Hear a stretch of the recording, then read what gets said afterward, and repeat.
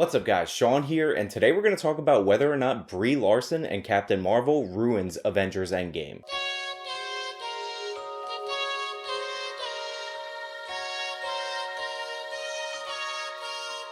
Before we get started, I do want to say thank you to everybody who joined me over on Twitter. Thank you to my patrons and my Subscribe Star subscribers, and the people who donate via one-time donation on PayPal. Your support really helps this channel continue, and I appreciate it way more than you know. I want to get this out there up front. This is not going to be a spoiler-filled video about Avengers Endgame.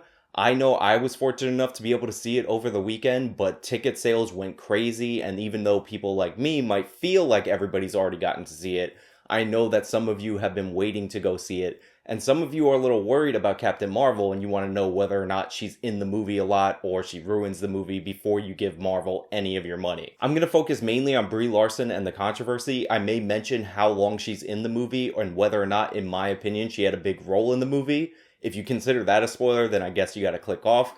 But if I get into any plot points in the movie, then I will have text on the bottom of the screen indicating that there are spoilers. Brie Larson and Captain Marvel have been intertwined in this ever-growing controversy ever since she's been cast from the movie. Captain Marvel, as I've mentioned in my previous videos on this subject in the past, is one of the most hated characters in comics today. In fact, the focus shifting from Spider-Man to characters like Captain Marvel has often been credited with the fall of Marvel Comics as a publishing company. Sales are down dramatically for Marvel Comics, and there are entire YouTube channels dedicated to the fall of Marvel Comics and this forced push for diversity. Essentially, what Marvel Comics has done is call all of their old stories and the fans of those stories racist, sexist, bigot, homophobes, and then they've changed all of the characters to make them more diverse in order to cater to an audience that doesn't read comic books and doesn't care about Marvel. And the face of this change for a lot of people is the character of Captain Marvel. So when Captain Marvel was announced as the first female-led superhero movie in the Marvel Cinematic Universe, fans were not too happy. This is not a popular character. This is a heavily disliked character. If you were a politician, her disapproval rating would be through the roof. So for the Marvel Cinematic Universe to choose that character to focus on for a solo movie in the 11th hour before the final chapter of the story we've all been following for the last 11 years, that worried a lot of people, and that caused a lot of outrage. And Brie Larson, the actress, has not been calming anybody's nerves that the MCU is moving in an SJW direction. I do all my stunts. I did my stunts because I thought that that's what everyone did. And then Tom Cruise, I mean. No, I'll be the first me, not the next Tom Cruise. Thank you very much. Wow, you know, I mean, he does his own stunts, you know. What does it mean to be a woman in film? It means it's really hard. And if you're a woman of color, then it's really, really hard. And I'm happy that you are aware and you're making it making others, yeah, absolutely, spreading that. But I appreciate that, and that it's so true. But you know, that's why we're here. We need women in film. And this is a great chance for us to see each other and like meet each other. Like I'm meeting you right now. You know, women in film. This carpet is inclusive. And this is all part of this inclusivity rider that I've asked for and I'm trying to implement now, and which will be in all of my press moving forward, which I'm encouraging other artists to do as well, because we need to open up these conversations. We need to be aware of the implicit bias of these situations so that we are all seeing each other and everybody has a seat at the table. And we were talking about it before. We were saying just when we thought there was nothing else that could come out of it, and there's new characters and there's new ways to tell the stories and new ways that these characters can interact and develop. So it can go on. And you know, like I said, there's been a sort of a passing of the torch, and Brie just has to not screw it up. Any pressure with that, Brie? No, being the new. I felt okay until he said it like that, and then now I feel a little scared. Yeah. But that is fine. You're Totally fine. fine. No, thanks for jumping on me. No, you're fine. Brie, are you still riding high from the numbers from the movie from Captain Marvel? Is it still like yes? Was there any nerves going into that? I felt nervous like the day before it came out. I didn't feel nervous before, but then suddenly it was like, oh no, what did I do? And everyone was like, it's too late for you to be stressed out about this. Like, it's kind of done already. But I think for me, what I'm proud of is that it's normalizing something that should have been normalized a long time ago. It's not a crazy concept to me that women can lead giant franchises and make money for corporations. It's fine. You know what I mean? He's like, we can do that too. Everybody can do it. I think the worst part about these Brie Larson interviews and her brand of feminism and this SJW narrative is that it gives no respect to the people who've done this before and were way better at it. Black Widow in the same Marvel Cinematic Universe is a great character beloved by the fans. Wonder Woman came out 2 years before your solo movie came out, and people really like that movie, and they really love Gal Gadot in that role. The character of Sarah Connor is fantastic in both the original Terminator, which was a huge hit, and Terminator 2, which was like the biggest movie at the time. 1,000 times better than Carol Danvers' Captain Marvel. She's a huge reason why people love the Terminator franchise. She goes through that traditional hero's journey in Terminator 1,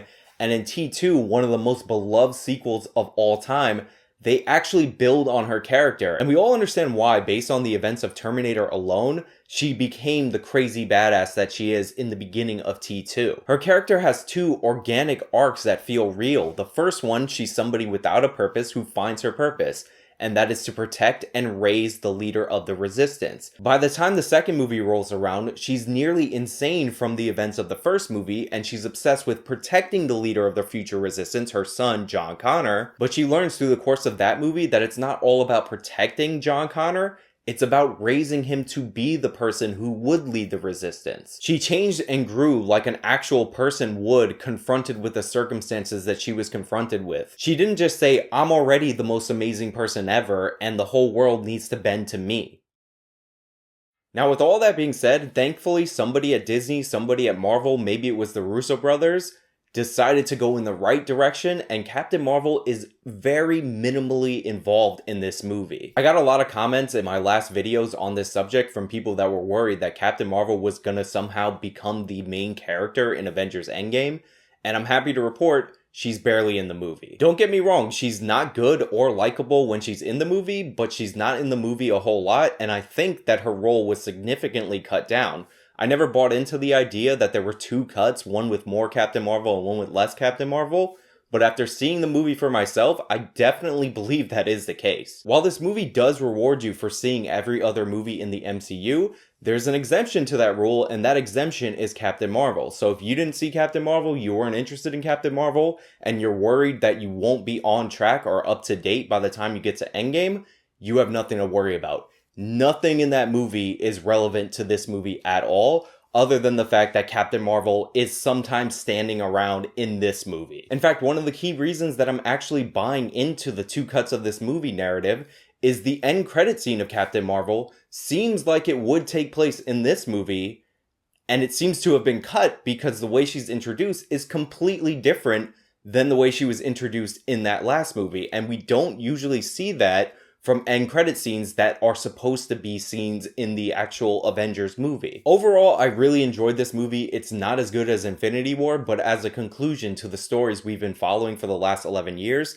I think it's more than sufficient. The focus of the story is the original 6 Avengers from the first movie, with a hyper focus on the big 3. Chris Hemsworth, aka Thor, Chris Evans, aka Captain America, Robert Downey Jr., aka Robert Downey Tony Stark Iron Man. There's also some interesting developments for the Incredible Hulk, Black Widow, and Hawkeye, who was not even in the last movie, gets his share of focus because he was not in the last movie. Now, I'm about to describe one scene in this movie as it's very similar to a cringy scene in Avengers Infinity War.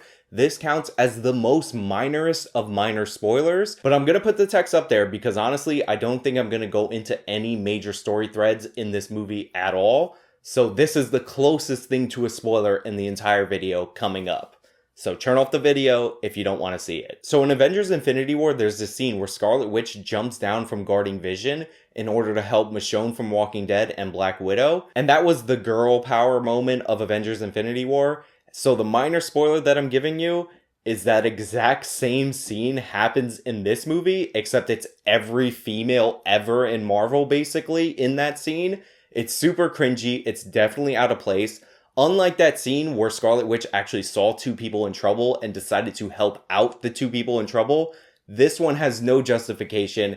It makes absolutely no sense. It's literally there to make a poster out of it, to sell it to little girls. but I think little girls are too smart for this level of cringe. So if you're the kind of person who said that I loved Avengers Infinity War, but that one scene with Black Widow, Scarlet Witch, and Michonne from Walking Dead totally ruined the movie for me, then don't see this movie, because that one scene is there again, except it's much, much worse. But overall, I really enjoyed the movie. Marvel made a good choice not having Captain Marvel at the centerpiece of this movie. She actually gets her comeuppance in one part of the movie, and I think everybody in my audience who watches it will enjoy that moment in the movie. But overall, I would recommend seeing this movie, especially if you're invested in these characters. If you've seen it, let me know what your thoughts were down in the comments down below. If you haven't seen it and this makes you more likely to see it, then let me know. But other than that, you guys know the drill. If you like this video, then show me by leaving a like, subscribe for more content, follow me on my social medias, support me, PayPal, Patreon, you know the drill. Till next time.